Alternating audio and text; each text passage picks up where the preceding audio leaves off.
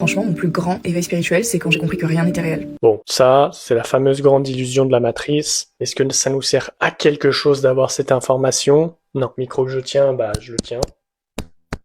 Il est réel. Ok, comment je peux m'en servir? Ah bah tiens, je vais parler dedans pour porter ma voix. Ok, bon, je vais utiliser cette chose-là. Ça n'aide personne de dire que les choses ne sont pas réelles. En attendant, on est dans cette illusion et on la vit vraiment. Donc autant la vivre à fond et jouer avec les codes de ce jeu. Parce que déjà, il faut savoir que 98% de nos pensées sont déterminées par notre entourage et notre environnement. C'est ce qu'on appelle le déterminisme, et donc, ce que tu penses être toi n'est qu'une illusion. Puisque l'homme s'identifie à ses pensées, que ça devient son ego, et qu'ensuite il forge une personnalité autour de ça, tout ça s'effondre à partir du moment où tu te dis que ces pensées sont erronées à la base. Ça veut dire qu'il y a une énorme différence entre l'être divin que tu es et la personnalité humaine que tu as. Je la rejoins là-dessus, et c'est ce que Jung d'ailleurs appelle la persona, c'est mettre des masques sociaux. Et en fait, tu fais ça pour éviter que les gens te rejettent, pour éviter que les gens te blessent, et donc naturellement tu vas avoir ce truc de ne pas vouloir être toi par peur d'être blessé. Tu vas donc créer une identité de protection au lieu de créer une identité d'épanouissement. Ça, j'en parle dans mon livre. Toute notre vie, on jouera un rôle. La question, c'est de savoir quel rôle tu as envie de jouer consciemment, tout simplement. Tout ça est un jeu. Donc si tu devais jouer